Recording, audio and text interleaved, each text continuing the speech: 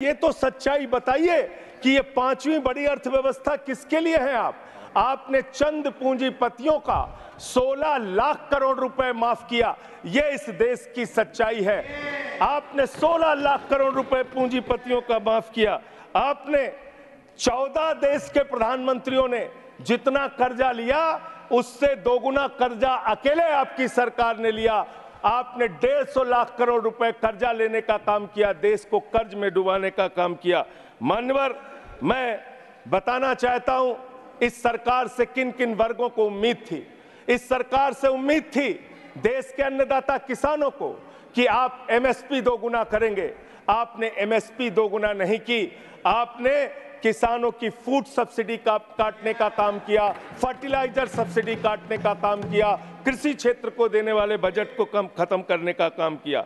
बेरोजगारों को उम्मीद थी 10 साल में आपने कहा था मान्यवर 20 करोड़ नौकरियां देंगे। 20 करोड़ नौकरियां आपने नहीं दी। फिर नौजवानों ने कहा नौकरी दो, नौकरी दो। फिर आपने कहा पकौड़ा तल लो, पकौड़ा तल लो। फिर आपने कहा पान की दुकान लगा लो, पान की दुकान लगा लो। फिर आपने कहा 4 साल की नौकरी कर लो सेना में, 4 साल की नौकरी। मैं मान्यवर आपके माध्यम से भारत के प्रधानमंत्री से बड़ी विनम्रता पूर्वक पूछना चाहता हूं, देश के प्रधानमंत्री को 73 साल की उम्र में तीसरी बार प्रधानमंत्री बनना है, लेकिन किसान का बेटा नौजवान सेना में 4 साल की नौकरी करेगा। ये भेदभाव क्यों है? मैं पूछना चाहता हूं मान्यवर, आपके माध्यम से इस सरकार से जानना चाहता हूं अगली योजना क्या आएगी आपकी। आप कह रहे हो इंटर्नशिप योजना, ट्रेनिंग योजना, 5,000 रुपए की ट्रेनिंग ले लो, 5,000 रुपए की ट्रेनिंग ले लो। मान्यवर, 5,000 रुपए की ट्रेनिंग 500 बड़ी कंपनियों में आप देंगे। मुझे भारत की 100 कंपनियां आप बता दीजिए जिसमें एक कंपनी में आप 4,000 ट्रेनी रख सकते हैं।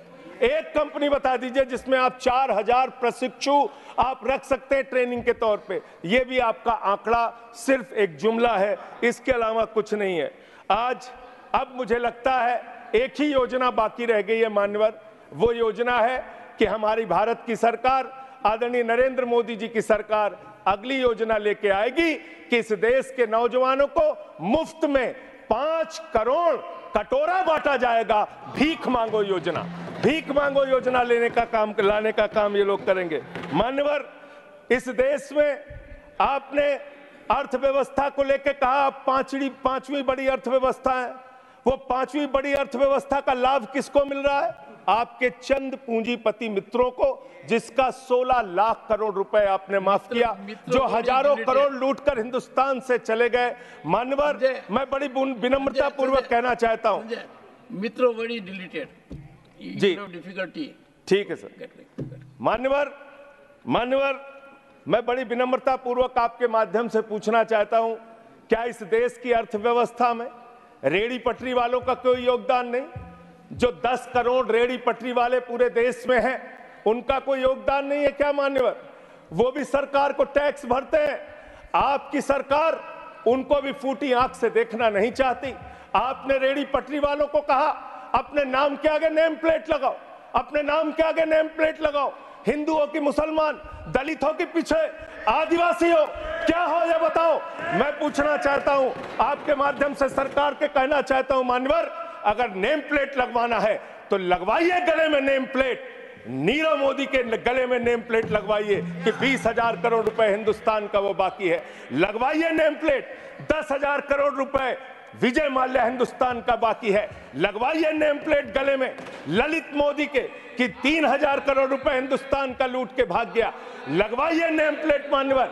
मैं कहना चाहता हूं नितिन संदेशरा के कि वो 6,000 करोड़ रुपए हिंदुस्तान का लूट के भाग गया। लगवाइए नेम प्लेट अडानी के कि 2.5 लाख करोड़ रुपए का कर्जा आपने एक आदमी को दे रखा है। लगवाइए नेम प्लेट उन पूंजीपतियों को जिन्होंने हिंदुस्तान की बैंकों को खाली करने का काम किया। मान्यवर, एक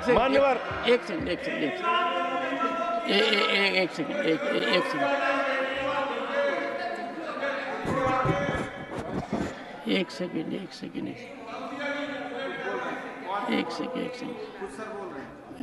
Honorable member, and you are a senior person, Sanjay ji. You are senior person. धारा प्रवाह में आप काफ़ी कुछ कह गए फिगर्स के बारे में, बाकी तो you can make your point, no difficulty about it. One second, तो the figures which you have given, you will have tough time in proving them because these have been taken in stride. So all that will be deleted, and we will, unless you have real factually firmed up material, use a name. Otherwise, make your point. ठीक है sir, ठीक है sir, thank you sir, Make your point. No thank you sir. मानवर, मैं तो ये कहना चाह रहा था आपके माध्यम से कि इस तरह के काम देश के अंदर नहीं होने चाहिए। भारत एक धर्मनिरपेक्ष राष्ट्र है और हम जानते हैं अपनी सामाजिक व्यवस्था में, मैं जानता हूं इनके मन में दर्द होगा मान्यवर, अभी चुनाव हारे हैं ये उत्तर प्रदेश में, तो वहां पर अगर कोई बोर्ड लगाएगा जाटव ढाबा, एक सेकंड, जाटव ढाबा कोई लगाएगा, कोई अपने ढाबे के आगे अगर वाल्मीकि ढाबा लिखेगा तो आप लोग उसके यहाँ खाने नहीं जाओगे। मैं जानता हूं आपकी मानसिकता, आप वो लोग हैं जिन्होंने भारत के तत्कालीन राष्ट्रपति श्री रामनाथ कोविंद जी को प्रभु श्री राम के मंदिर के शिलान्यास में नहीं बुलाया। आप वो लोग हैं जिन्होंने मौजूदा राष्ट्रपति श्रीमती द्रौपदी मुर्मू जी को राम मंदिर के उद्घाटन में नहीं बुलाया। आप दलितों से, पिछड़ों से, आदिवासियों से, अल्पसंख्यकों से, मुसलमानों से नफरत करने का काम करते हैं, ये आपकी सच्चाई है। इसलिए नेम प्लेट मत लगवाइए। नेम प्लेट लगवाना है तो जिन्होंने देश की बैंकों को लूटा है उनका नेम प्लेट लगवाइए। और मान्यवर, मैं आपसे, आपके माध्यम से इस सरकार से कहना चाहता हूं, इनका बजट पड़ रहा था मान्यवर, जेलों को भी इन्होंने कम बजट दिया। अरे जेल का बजट तो बढ़ा दीजिए, 300 करोड़ रुपए जेल का बजट बढ़ा दीजिए। अरे अभी हमको जेल में भेजा है, कल तुमको जेल में आना है, तुम सबको जेल में आना है। जेल का बजट बढ़ा दो, जेलों को ठीक कर दो, अगला नंबर तुम्हारा है, तुम्हें जेल में आना है, इसलिए कम से कम जेलों को तो ठीक कर दो, अगला नंबर तुम्हारा। मैं जेल के बजट पे बोल रहा हूँ मानवर, मैं जेल के बजट पे बोल रहा हूँ। 300 करोड़ दिया, इनको जेल में आना है। वन सेकेंड, सदन के नेताजी से मैं अनुरोध करूंगा कि ये बहुत मार्मिक अपील है जेल का बजट बढ़ाने के लिए, और इस पर आप गौर फरमाइए। धन्यवाद सर, धन्यवाद सर, ठीक है ना, धन्यवाद सर। एक पृष्ठभूमि भी है मान्यवर, इसका ध्यान रखा जाएगा। में इन्होंने न्यायपालिकाओं के लिए जो बजट रखा वो नाकाफी है। 5 करोड़ केसेस पेंडिंग है इस देश के अंदर, और 6 लाख लोगों को पूरे देश में जेलों में रखा गया है, जिसमें करीब 76% अंडर ट्रायल हैं। इसका मतलब आपका मकसद न्याय दिलाना नहीं है, आपका मकसद किसी मामले की सच्चाई तक पहुंचना नहीं है, आपका मकसद है पकड़ पकड़ के एक एक व्यक्ति को जेल में डालना।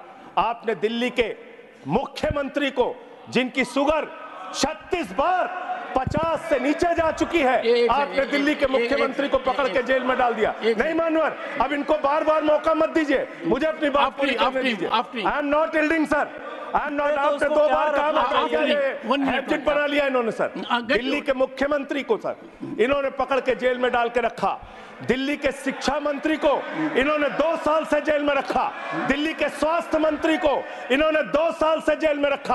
आप एक एक विपक्ष के नेता को पकड़ पकड़ के जेल में डालते हैं। हेमंत सोरेन को मुख्यमंत्री को जेल में आपने रखा, संजय रावत को जेल में रखा, अनिल देशमुख को जेल में रखा, सबको पकड़ पकड़ के आप जेल में रखते हैं। बंगाल के 3 मंत्रियों को आपने पकड़ के जेल में रखा। आपका मकसद ट्रायल कराना नहीं, न्याय दिलाना नहीं, आपका मकसद हम लोगों को पकड़ के जेल में रखना है।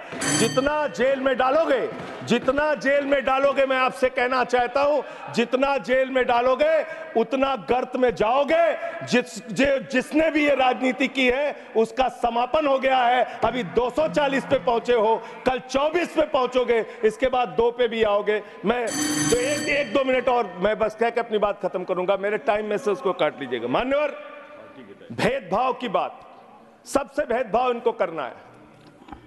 मुसलमानों से भेदभाव, सिखों से भेदभाव, ईसाइयों से भेदभाव, दलितों से भेदभाव, पिछड़ों से भेदभाव, और अब राज्यों से भेदभाव, राज्यों से भी भेदभाव, महिलाओं से भेदभाव, राज्यों से भेदभाव। क्या भेदभाव किया सर इन्होंने? 2,32,000 करोड़ रुपए 2,32,000 करोड़ रुपए दिल्ली के लोगों ने सरकार के केंद्रीय खजाने में टैक्स के रूप में दिया, जीएसटी और इनकम टैक्स के रूप में। बदले में हमको कितना मिलता है? 0। 9 साल से आप दिल्ली को बजट नहीं देते। पंजाब के लोग, बस मेरे में से काट लीजिएगा सर, 1-2 मिनट काट लीजिए, पार्टी के उसमें से काट लीजिएगा। पंजाब के लिए सर, पंजाब का किसान अपना खून पसीना बहा के खेत में गेहूं पैदा करता है, धान पैदा करता है। आपने 8,000 करोड़ रुपए पंजाब के विकास का पैसा रोक रखा है, विपक्ष के राज्यों का पैसा आपने रोक रखा है। ये भेदभाव क्यों कर रहे हैं आप क्यों कर रहे हैं? आप लिखते हैं राज्यों के विकास से देश का विकास है, ये आप राज्यों का विकास कर रहे हैं। एक एक करके टारगेट करके विपक्षी राज्यों के साथ आपने भेदभाव करने का काम किया। और अंत में कोई मुझे कह रहा था सारे बजट कम किए, शिक्षा के बजट को भी आपने कम कर दिया। मैंने इन लोगों से कहा शिक्षा से इनका कोई लेना देना नहीं है, शिक्षा से इनका कोई लेना देना नहीं। मान्यवर, क्यों लेना देना नहीं है? क्योंकि दिल्ली विश्वविद्यालय में मनुस्मृति पढ़ाने जा रहे हैं ये लोग। मनुस्मृति पढ़ाएंगे कि दलितों के, पिछड़ों के, जिनको आप शूद्र कहते हैं, अगर वो श्लोक सुन लेंगे तो उनके कान में पारा आप कैसे डालेंगे? ये पढ़ाई आप कराने जा रहे हैं दिल्ली विश्वविद्यालय में, ये पढ़ाई आप कराने जा रहे हैं। इसलिए मान्यवर, मैं आपसे यही कहना चाहता हूं, ये बजट हिंदुस्तान के किसान के खिलाफ है, ये बजट हिंदुस्तान के नौजवान के खिलाफ है, ये बजट हिंदुस्तान के व्यापारियों के खिलाफ है। ये बजट सिर्फ और सिर्फ मोदी जी के मित्रों के लिए बनाया गया है, मित्रों के लिए बनाया गया है, मित्रों के लिए बनाया गया है। The later part will not go on record. हाँ, honorable members.